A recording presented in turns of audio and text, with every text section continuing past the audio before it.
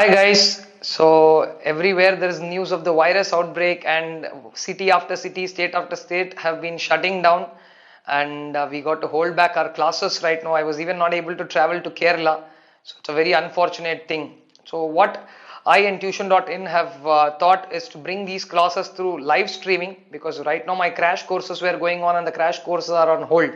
So also to cater to students in Chennai, Bangalore, I couldn't travel anywhere. So we're bringing the crash courses live through live streaming from the 20th of March to start off with audit and EIS. Audit in the morning from 8 to 1 will be the live streaming sessions, and followed by 6:30 in the evening to 9 o'clock will be the EIS classes. So you guys can follow the enrollment procedure and get enrolled for the crash courses, and I will see you soon through live streaming.